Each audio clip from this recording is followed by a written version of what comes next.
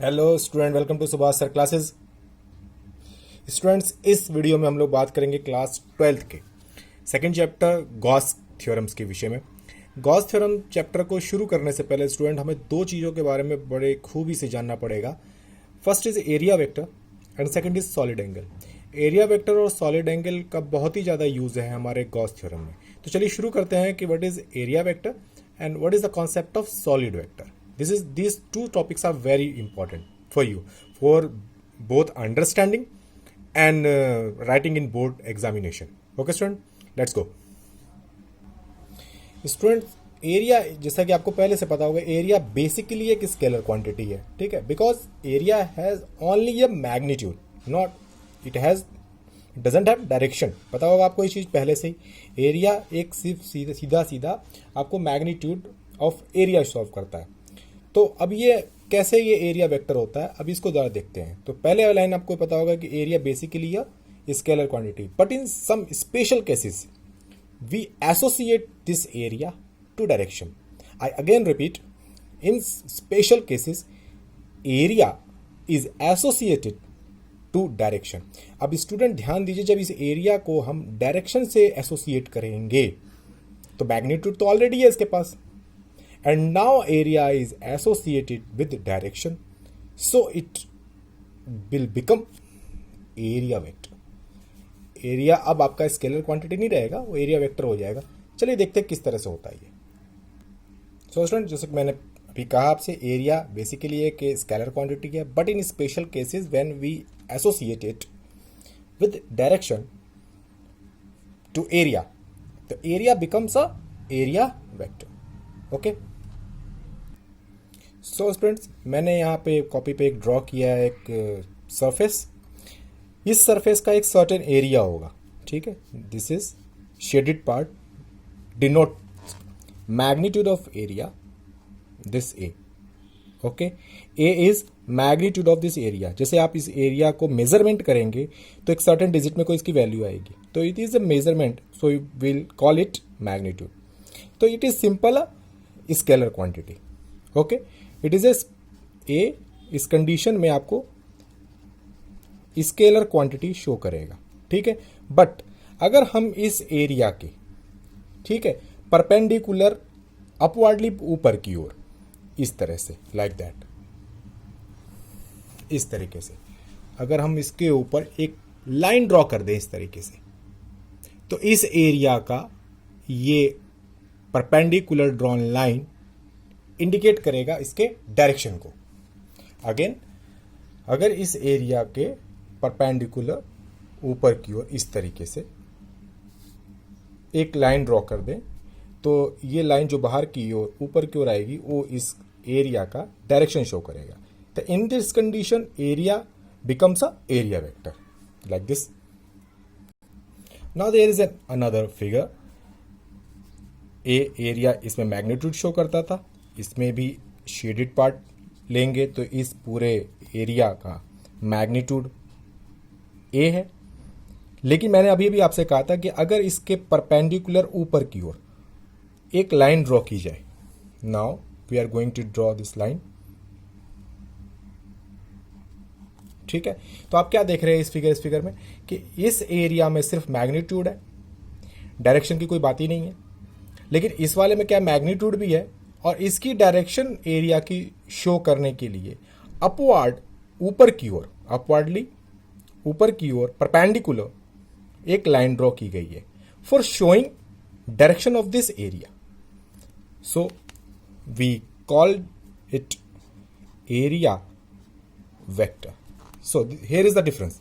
A is a magnitude and perpendicular line drawn to the surface is called area vector. This is the area vector. Okay student, now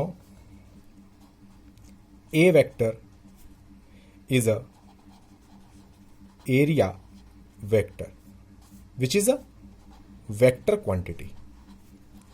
okay student, so इस दोनों figure में एक बहुत महीन सा difference यही है कि इस फिगर के अंदर आप देख रहे हैं कि हमारे पास सिर्फ मैग्नीट्यूड है, there is any signal of indicating any direction, और इस वाले फिगर में आपके पास में मैग्नीट्यूड के साथ में एज वेल एज आपके पास डायरेक्शन भी है।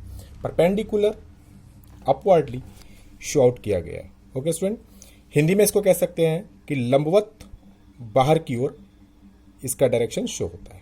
ठीक है, मेरे हाथ को देखिए आप, दिस इज ए एरिया।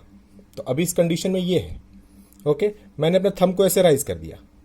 ठीक है, अभी जो थंब है इट इज ए वेक्टर, क्योंकि ये थंब ही इस पाम का डायरेक्शन शो आउट कर रहा है लाइक दिस। ओके स्टूडेंट, चलिए। सो स्टूडेंट्स, यहां पे एक पॉइंट लिख दिया गया है, area vector has magnitude as well as direction. Okay student, magnitude as well as direction, और डायरेक्शन किधर है? Perpendicularly upward to the surface. Okay student, now we know unit vector n cap is equal to vector divided by modulus of the considering vector। Okay, जैसा कि आपको हिंदी में भी पता होगा, ये इकाई सदिश है, यूनिट वेक्टर। तो ये वेक्टर और उसके मॉडुलस के डिवीजन के रेशियो के बराबर होता है। Okay, again I repeating, n cap is a unit vector is equal to vector a divided by its modulus। Okay, now n cap is equal to a vector divided by, चूंकि ये a vector का modulus है तो we can simply write it in form of a, क्योंकि a simple एक modulus show करता है। यहां मैं लिख दे रहा हूं, a is a only modulus या फिर मैग्नीट्यूड शो कर रहा है। ओके स्टूडेंट, तो ये cross multiply a vector is equal to n cap into a। Simple. So we get expression of area vector a vector is equal to n cap a। तो ये जो expression आया हुआ है, ये एक्सप्रेशन a वेक्टर का है। a vector means this area vector. ठीक है, तो एरिया वेक्टर डिसाइड हो चुका था कि it is the vector quantity. Direction मैंने आपको बता दिया कि किस तरह से काम करता है, अपवर्डली परपेंडिकुलर बाहर की ओर। एक्सप्रेशन भी मैंने फाइंड आउट कर दिया आपके लिए, a vector is equal to n cap into a। ठीक है, तो गॉस थ्योरम में जब भी यूज आएगा तो आप इसका डिस्कशन जरूर ले लेंगे। Okay student, thank you very much. अब चलते हैं सॉलिड एंगल पर। सॉलिड एंगल समझने के लिए स्टूडेंट हमको पहले प्लेन एंगल, समतलीय कोण समझना पड़ेगा, जो कि आपके 9th 8th और 10th क्लास में ऑलरेडी पढ़ चुके हैं। ये एक सर्किल है। ओके, इसका आप सेंटर ले लीजिए। ठीक है, तो उसके बाद आपने अगर इसको रेडियस फॉर्म किया तो आपको पता है ये पॉइंट ए है, ये बी है, that is the centre O. तो ये आर्क है।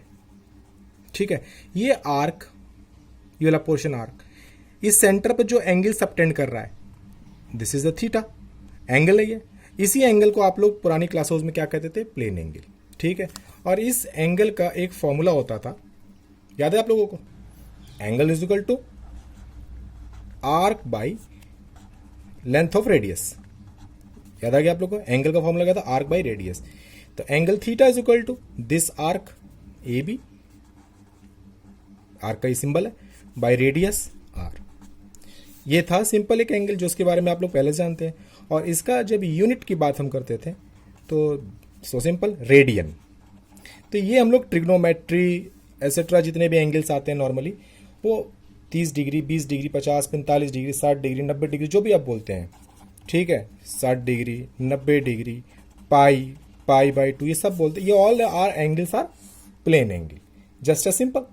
लेकिन अब हम बात करेंगे किसकी? सॉलिड एंगल की। तो चलिए देखते हैं सॉलिड एंगल और प्लेन एंगल में डिफरेंस क्या है। ठीक है, ये एक नया कॉन्सेप्ट है आप लोग के लिए, ध्यान दीजिएगा। ये मैंने सिर्फ बैकअप लेने के लिए आपको बताया हुआ है। So student, angle subtended by unit surface area. अब ध्यान देने वाली बात यह है कि अभी जो मैंने आपको बताया था, ये देखिए, ये एंगल किससे सबटेंड हो रहा था? आर्क से। सिंपल, तो आर्क बाय रेडियस एंगल, ये प्लेन एंगल, ये कॉन्सेप्ट क्लियर। लेकिन अब इस डेफिनेशन में आप देखिए कि एंगल सबटेंड कौन कर रहा है? Yes, this area. बहुत इंपॉर्टेंट लाइन है, आर्क नहीं है, एरिया है। तो अब ये पूरा एक स्फेरिकल बॉडी है और ये इसका एक सेंटर पॉइंट है। ठीक है, अब इस सेंटर पॉइंट पे ये कोई एलिमेंट्री पार्ट आप ले लीजिए एरिया का। ठीक है, हालांकि इस पूरे स्फीयर का स्फेरिकल पोर्शन का एरिया कितना? ए है, लेकिन चूंकि एक एलिमेंट्री पोर्शन आप मान रहे हैं ना इसके अंदर से, तो आप इसको ले लीजिए डी ए। क्लियर? इस पूरे एरिया में एक छोटा सा एलिमेंट्री पार्ट डी है। तो ये पूरा सरफेस एरिया इस पॉइंट पर एक एंगल सबटेंड करेगा। इस तरह से ड्रॉ कीजिए, line touching all the corners of this surface. देखिए मैं हर कॉर्नर को इसको टच कर रहा हूं, ठीक है। तो यहां पे एक टनल सा बन रहा है, देखिए ये एक टनल सा क्रिएट हुआ, ठीक है।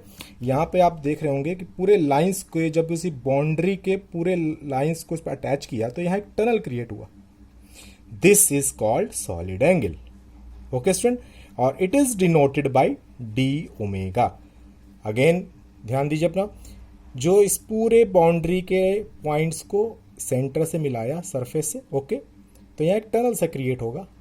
ये पूरा एक ऐसा सर्किल पार्ट, इसको कहेंगे हम D omega, which is called solid angle.